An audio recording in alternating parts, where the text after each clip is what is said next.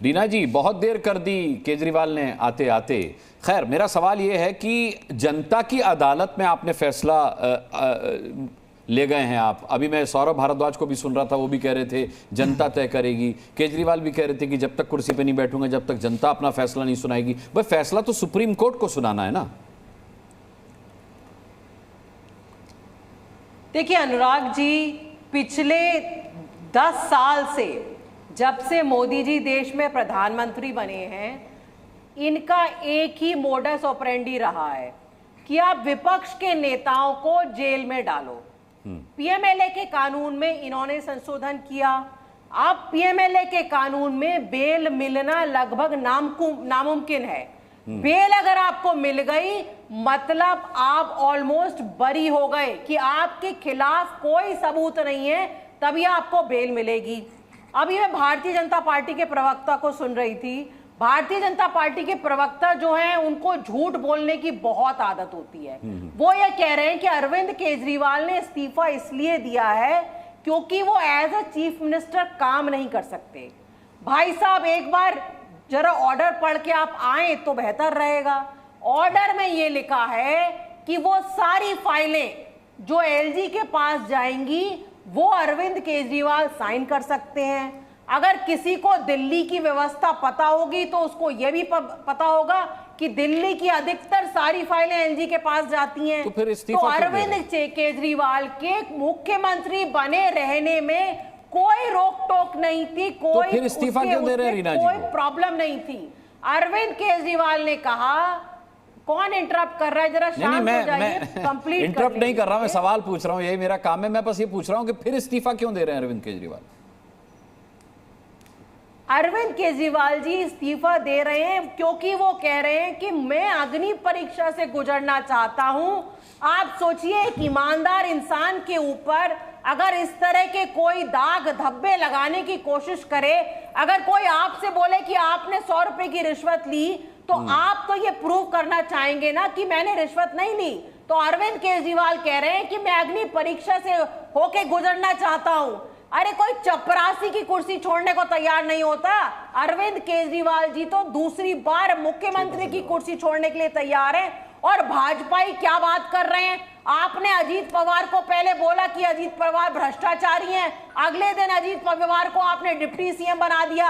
हेमंत बिस्वा शर्मा के खिलाफ तो आप ही चढ़ चढ़ के गाते थे कि पानी चोर है, उसको बना दिया।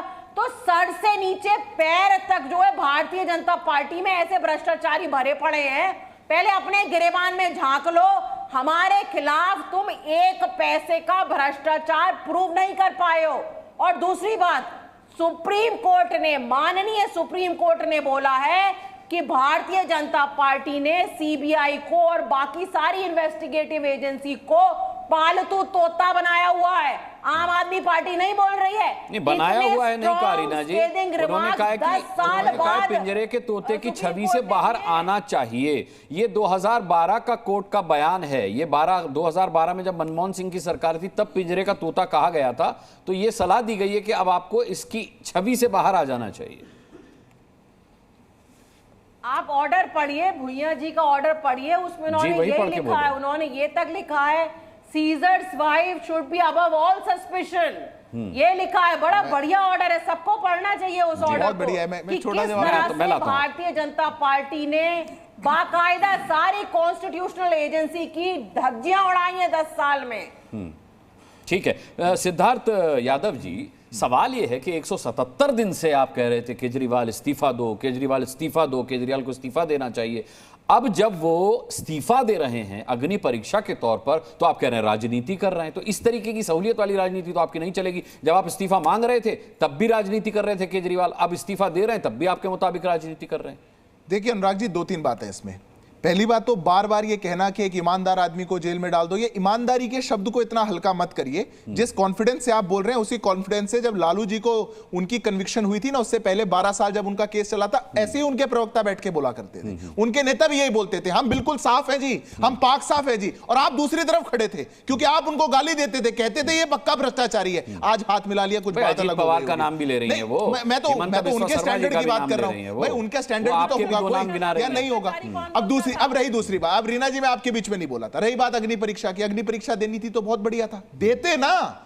अरे अग्नि परीक्षा क्यों, परीक्षा ही दे देते। ये कैसी परीक्षा हुई? 177 दिन जब दिल्ली पॉलिसी पैरालिसिस में चली गई, काम यहां पे ठप हो गया, इतने लोगों की पानी भरने की वजह से, बिजली के तारों से, क्योंकि आप डिसिल्टिंग नहीं करवा पाई, दिल्ली की मौतें हो गई, तब आपको याद नहीं आई। तो सिद्धार्थ जी, अब आपको डर क्या है? अब आपको डर क्या? अब तो वो इस्तीफा दे रहे हैं, दिल्ली त्रस्त है तो गई केजरीवाल की पार्टी। अब आपको डर क्या है? आपको डर है कि जनता अपनी अदालत में उन्हें फिर पास कर देगी? देखिए अनुराग जी, हमें कोई डर नहीं है। इस देश की एक न्यायिक व्यवस्था है, इस देश में एक संविधान है। संविधान के अनुरूप किसी भी व्यक्ति पर ऐसे आरोप लगते हैं जो हमारी न्यायिक प्रक्रिया में उनको बाहर जाना है, उनको बरी वहां से होकर आना पड़ेगा। मैं बस एक बात बोलूंगा, इनने दो बात बड़ी टेक्निकल बोली। पहली बात तो इन्होंने बोली पीएमएलए ऐसा कानून है जिसमें किसी को बेल हो गई तो लगभग मान लो कि बरी है। अरे एक नेता आज तक 2 साल से ऊपर हो गए, वो जेल के अंदर बंद है, आपका सत्येंद्र जैन, नाम भी भूल गए उसका, मंच पे नाम भी नहीं ले रहे। 1.5 साल बाद मनीष सिसोदिया निकल करके आए, 6 महीने बाद आप निकल करके आए। हेमंत सोरेन जी कम भ्रष्टाचारी थे क्या जो जल्दी बाहर आ गए? ये कैसे आर्गुमेंट हुए? अरे आपका अपराध ज्यादा था,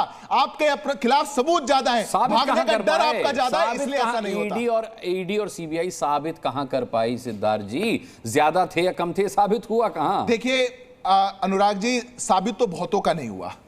साबित तो अभी कई जेब कतरों का भी नहीं हो पाया है। मैं किसी के लिए नहीं कह रहा, मैं बड़े सम्मान से कहता हूं, हमारे देश में लोअर कोर्ट से लेकर के सुप्रीम कोर्ट तक रोज कितनी बेल होती है, इसको हमें देखना चाहिए। बेल बेगुनाही का सबूत नहीं है, उसके लिए सच को छुपाने के लिए ढोल नहीं बजाना चाहिए। बेल तो बहुत से, बेल तो इंजीनियर रशीदी का भी हो गया, आतंकी आरोप नहीं है उन पर। क्या आप कहेंगे कि वो आतंकी नहीं है? पर बेल में तो वो भी बाहर है। बेल तो उनका भी हो गया जो सर तन से जुदा कर रहे थे जोधपुर के अंदर, बेल तो उनको भी मिल गई। ये न्यायिक व्यवस्था को अपने मन से मोड़ना, और यही जो इनकी चालाकी थी, जो अभी आप कहने लगे ना कि सीबीआई को कह दिया गया है कि ये तोता है, पिंजरे में है। आप सुप्रीम कोर्ट के ऑर्डर को पढ़ के आइएगा मैडम, कोई ऑर्डर में नहीं कहा गया है, पर एक जज ने कुछ कमेंट किए, आपको वो तो बहुत अच्छे लगे। आपको जस्टिस सूर्यकांत का कमेंट्स नहीं अच्छे लगे। और सुप्रीम कोर्ट का, मैं पेशे से वकील हूं, आपको बता देता हूं, सुप्रीम कोर्ट का ऑर्डर वो होता है जो दोनों जस्टिस का कॉन्करेंट ओपिनियन होता है। पर आप कॉन्करेंट ओपिनियन को तो पढ़ेंगे नहीं, आप जो 1.5 पेज में आए तो पढ़ेंगे नहीं। जस्टिस भुइया ने कुछ कहा तो आपको बहुत अच्छा लगा, अरे भाई क्या बात हो गई। जब कहा गया था 2013 में कि ये तोता है और इसके मालिक बहुत हैं, तब आप दूसरी तरफ खड़े थे, आज दूसरी तरफ। ठीक है, ये बताइए। जी न्यूज़।